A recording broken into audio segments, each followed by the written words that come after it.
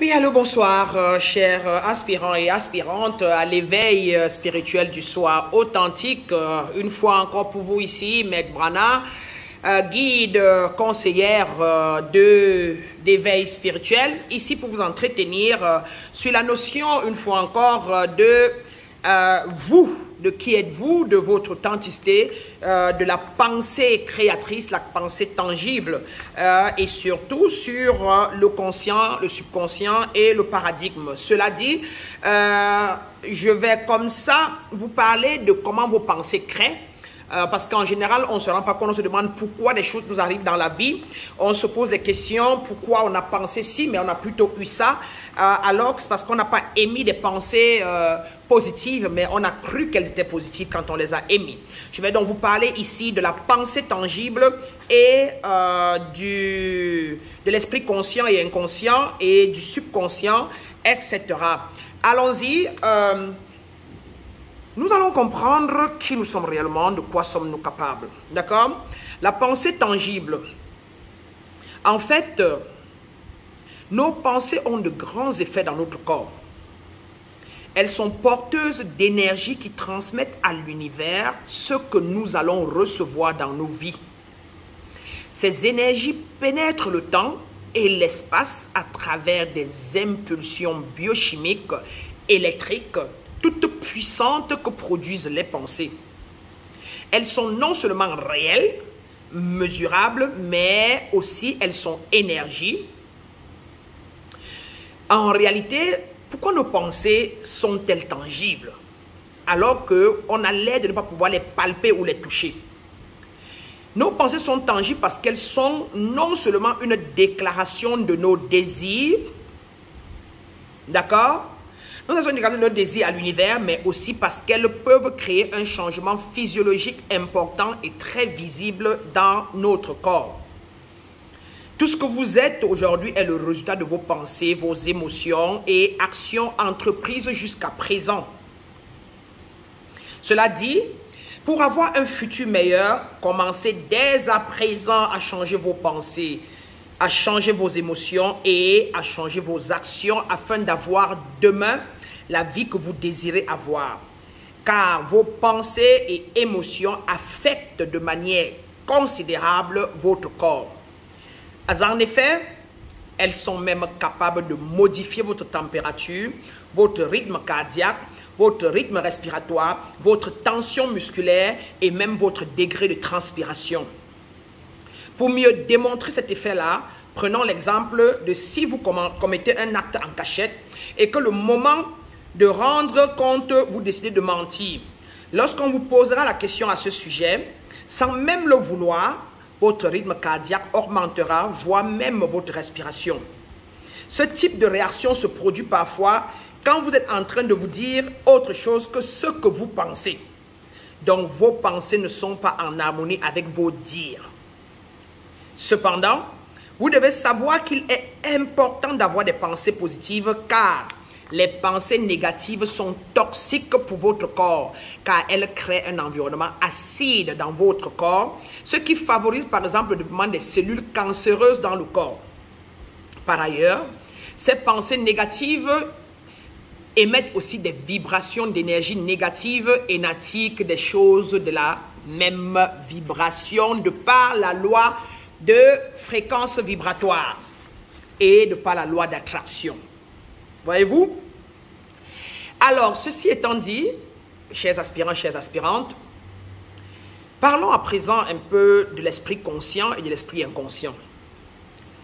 Nombreux parmi vous reconnaissent la puissance de nos pensées conscientes, mais ignorent le gigantesque pouvoir de notre esprit inconscient. Notre subconscient est le maître de l'esprit. En effet, vous devez savoir que chacune de vos pensées négatives que vous générez dans votre esprit se loge directement dans votre subconscient, ce qui plus tard produiront des énergies négatives qui seront en contradiction avec vos désirs et vos souhaits. Et vous direz qu'il y a des démons dans vos vies, il y a un démon en vous qui vous bloque, alors que c'est des énergies, des pensées négatives que vous avez émises avant envers quelqu'un ou inconsciemment qui est allé se loger dans votre esprit inconscient, encore appelé le subconscient. C'est pourquoi, pour recevoir ou attirer ce que votre cœur désire vraiment, vous devez transformer vos pensées négatives en pensées positives et saines. Cela est possible à partir de la révision de vos croyances, de votre image, et en éliminant toutes les idées limitatives et négatives. Si vous ne le supprimez pas, elles interféreront les fréquences vibratoires de vos intentions positives, les déformeront et les bloqueront même. Étant donné que nous sommes habitués à nos concepts et croyances limitatifs, si nous ne nous libérons pas de ces croyances et pensées négatives, elles saboteront nos désirs et nous empêcheront de réaliser le maximum de notre croissance et de notre potentiel infini. Cependant, il est donc possible de les modifier par plusieurs méthodes, et il y a les plus efficaces, les méthodes des affirmations, des dialogues positifs, des changements de comportement, des nettoyages des chakras, des magnétismes par un maître, par un coach, de l'électromagnétisme, etc. Il y a tellement beaucoup qu'il suffit d'être en être conscient et on peut se mettre au travail pour la reprogrammation, etc. Et ça peut aller vite si on est beaucoup plus en présence des personnes qui vont dans la même direction que nous, ou si nous avons pris un expert dans la matière de reprogrammation. Cela dit, ceci m'amène à vous parler des caractéristiques maintenant de votre conscient et de votre subconscient.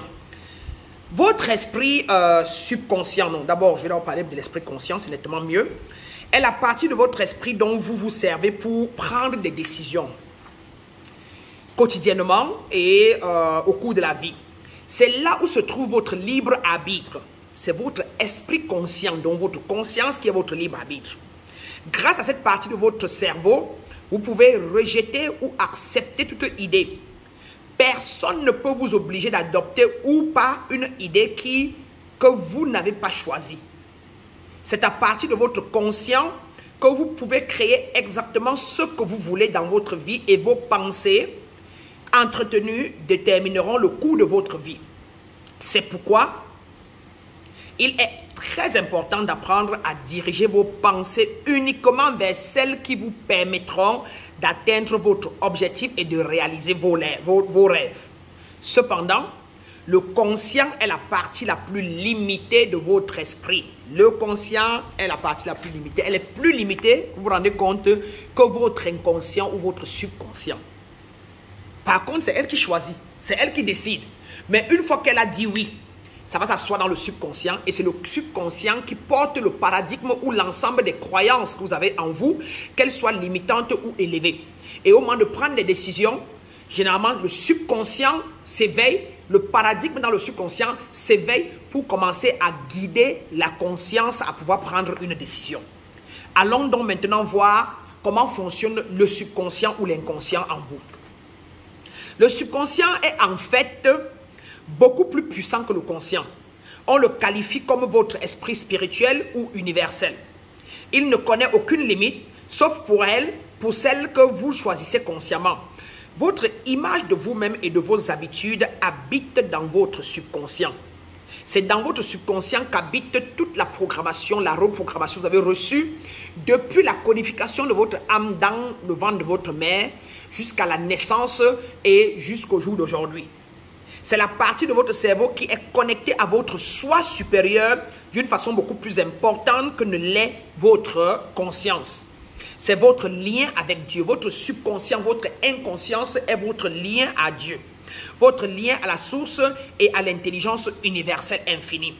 Notre subconscient peut nous amener où nous voulons nous rendre et nous aider à atteindre plus rapidement et plus facilement nos buts dans la vie que ne pourrait jamais le faire notre esprit conscient. Donc, en nous connectant avec la rapidité, le pouvoir et l'agilité de notre subconscient et en utilisant ses capacités, nous pouvons commencer à utiliser la loi d'attraction de manière délibérée pour attirer et créer plus efficacement les résultats que nous désirons. Voyez-vous, le subconscient ou l'inconscience en nous, qui est l'une des parties subtiles des trois corps subtils en nous, à savoir le conscient, le subconscient lui-même et l'hyperconscience, Cette partie qui se retrouve au milieu entre l'hyperconscience et la conscience, l'hyperconscience ici étant la nature divine, la partie élevée, et la conscience étant notre partie basse que nous dirons que c'est elle qui est liée au corps et qui prend les décisions. Le subconscient, quant à lui, est le lieu par excellence, est le centre vibratoire subjectif par excellence duquel nous créons tout dans la vie. C'est par là que nous passons pour atteindre notre nature divine, et c'est par là que la nature divine nous nourrit. Alors, et comme la nature divine est universelle, elle est alpha et oméga, elle a tout en elle et n'attend que ce que nous allons émettre comme conséquence vibratoire afin qu'elle nous donne en retour un effet clair. Si nous avons dans notre subconscient des paradigmes limités, du genre, ouais, je suis toujours malade et j'aime pas trop être malade, et nous voulons être en santé, tout d'un coup nous disons, ouais, je suis en santé. Là, une seule fois, le paradigme se répercute et se rappelle ce que vous avez dit il y a plusieurs fois, il y a 1 an, 2 ans, et dit, non, non, non, non, non, tu es toujours malade, c'est pas facile, tu es malade, tu es malade. Et nous ne disons qu'une seule fois nous sommes en santé, alors le subconscient, le paradigme dans le subconscient va prendre le dessus sur ce que la conscience venait de décider, et elle va suggérer à la conscience que non, elle est toujours malade, elle est toujours malade. Et le conscient finit par accepter ça, et l'univers de l'autre côté là-bas, la nature divine de l'autre côté là-bas, va entendre, elle est toujours malade, et ne pourra rien faire, car elle, ayant la santé pour vous, va rester là et va se dire, ça n'a pas d'équivalent ici de ce côté, et alors, allez-y, va créer ce que tu as là-bas, ou alors l'univers prendra son équivalent vibratoire dans un autre coin de l'univers qui est maladie, et puis pourra l'associer à celui qu'il venait de mettre, et c'est ça qu'on va ressentir sur le corps. Donc voilà, mes chers aspirants et aspirantes, comme ça prononcé ou parlé ou encore décrit, comment le conscient et le subconscient marchent, et à vous de voir. Vous pouvez décider si vous ne créez pas la vie que vous voulez, si vous n'avez pas ce que vous voulez, si vous ne créez pas vos désirs, si ce que vous voulez créer ne marche pas, si vos relations se cassent, si vous n'entretenez pas, c'est qu'il y a quelque chose dans le subconscient qui fait que vous n'arrivez pas à émettre ou à apporter à la vie de par la loi de vibration, de par la loi d'attraction, ce que vous désirez. Et il s'agit donc ici, vous devez vous chercher à vous reprogrammer, à reprogrammer vos pensées limitantes. Vous devez revoir ce qui est perdu dans votre subconscient. C'est ce qui fait souffrir tout le monde. Je vais donc comme ça vous laisser, espérant que cette vidéo vous a donné une idée un peu de comment créer sa réalité, et surtout de comment se défaire des pensées limitantes. Et je vous retrouve dans la prochaine vidéo, et comme toujours, allez et distiller l'amour, la lumière, et surtout la plénitude totale tout autour de vous. Une fois encore pour vous mettre pendant.